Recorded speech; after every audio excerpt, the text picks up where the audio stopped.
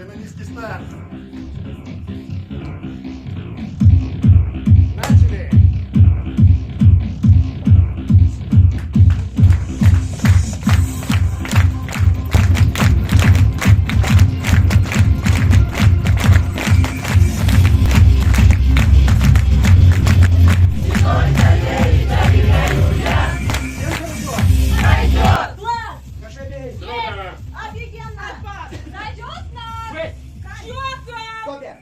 А давайте все! Давайте! А давайте! Давайте! А! Давайте! Давайте! Давайте, давайте. Давайте!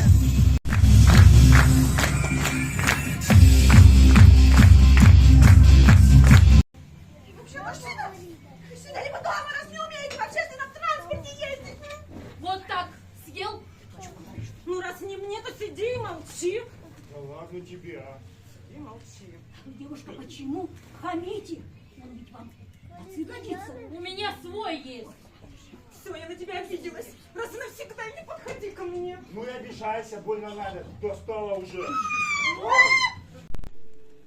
А на самом деле, мне страшно, что я вот что-то почувствую. Поменяюсь. Это так непривычно. Но сейчас я чувствую тепло. Может, останется? В следующий раз я буду. Да, девочки, это не бар, где дешевые декорации. Здесь нет придуманного счастья. Здесь в нашей душе не всегда бывает уютно, но здесь правда.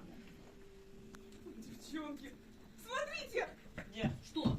Кого ты там увидела? Да вон! Ты что, сам Александр? Нифига себе, и он тут!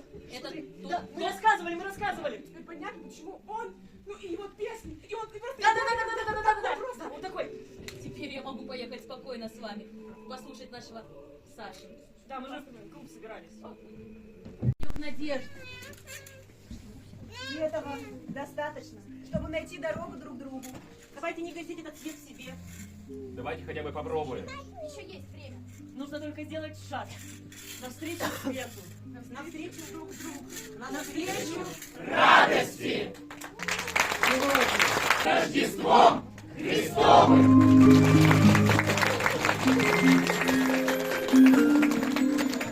Ну